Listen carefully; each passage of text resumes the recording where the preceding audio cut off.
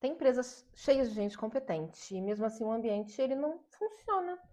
As reuniões giram, os problemas se repetem, as decisões demoram, as pessoas evitam conversas importantes, os líderes vão ficando sobrecarregados e o time começa a operar naquele sistema de tensão silenciosa.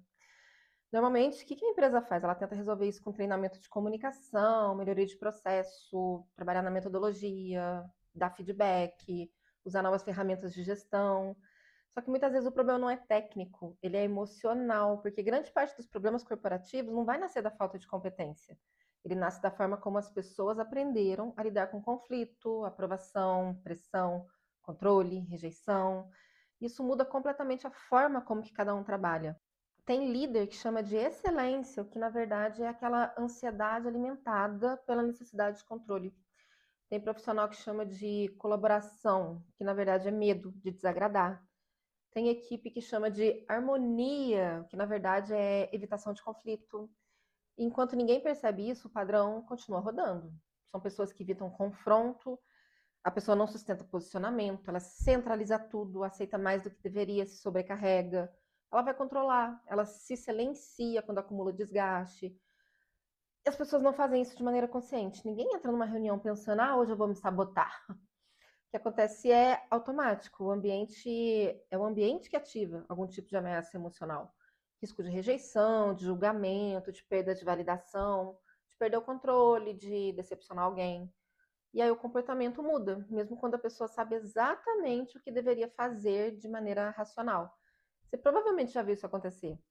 Aquela liderança que é extremamente competente, só que não consegue delegar. Então, tudo passa por ela, tudo depende dela, tudo vai depender da aprovação dela. No começo você pensa, nossa, que profissional excelente, só que depois vira um gargalo. Ou então aquele profissional que ele é brilhante tecnicamente, só que ele trava em reunião.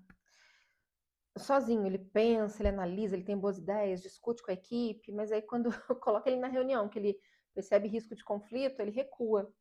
E aí outras pessoas, claro, ocupam espaço. Normalmente decisões ruins passam. E aí ele sai da reunião pensando, meu Deus, eu devia ter falado.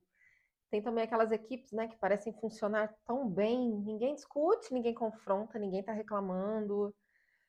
Na verdade, elas estão vivendo num ambiente passivo-agressivo, né? São aquelas pessoas que concordam nas reuniões, só que vão reclamar nos corredores. O problema ele nunca é enfrentado diretamente, ele só vai acumulando aquela tensão silenciosa. E aí vem um ambiente corporativo e valoriza certos padrões. Sabe aquela pessoa que suporta tudo, que resolve tudo, que nunca recusa demanda, ela absorve o caos do time inteiro? Pois é, essa pessoa ela acaba se esgotando, a produtividade dela uma hora vai cair, a performance vai diminuir, ela vai começar a atuar no modo de sobrevivência. Eu comecei a entender isso na prática, vivendo isso dentro do ambiente corporativo. Eu trabalho há mais de 10 anos com produtos digitais, sempre em ambientes de muita pressão, velocidade, cobrança. E teve uma época que eu estava esgotada, eu saía das reuniões completamente exausta. E não porque eu não sabia o que fazer, o que falar, mas porque internamente aquelas situações estavam ativando um nível de tensão tão grande em mim. Enquanto eu fazia toda essa gestão emocional interna, eu deixava de ocupar muito espaço. Então, durante muito tempo, eu achei que isso era falta de confiança ou falta de preparo. E aí eu fui buscar MBA, mestrado, curso de comunicação. Só que eu continuava fazendo igual. Foi quando eu comecei, então, a estudar psicanálise para tentar entender o que estava acontecendo. Por que pessoas inteligentes repetem comportamentos que elas mesmas sabem que prejudicam seus resultados. Isso mudou completamente a minha forma de enxergar as relações de trabalho, porque eu percebi que muitos comportamentos profissionais eles não são escolhas conscientes. Você se adapta emocionalmente de maneira automática. E é aqui que muita empresa se engana. Por quê? Porque ela vai tentar resolver questões emocionais profundas apenas com ferramenta de gestão. Tem coisa que nenhum treinamento de comunicação vai resolver. Nenhum processo, metodologia vai fazer com que um líder mude da noite para o dia. Nenhuma cultura de inovação também vai funcionar, onde as pessoas têm medo de errar ou de se posicionar. O comportamento profissional ele não nasce só da competência técnica, ele nasce da forma como cada pessoa aprendeu a sobreviver emocionalmente em ambientes de pressão, isso ao longo da vida. Vai afetar tudo, liderança, comunicação, tomada de decisão, autonomia, performance, porque uma equipe que está emocionalmente defensiva, ela gasta energia demais tentando evitar desconforto.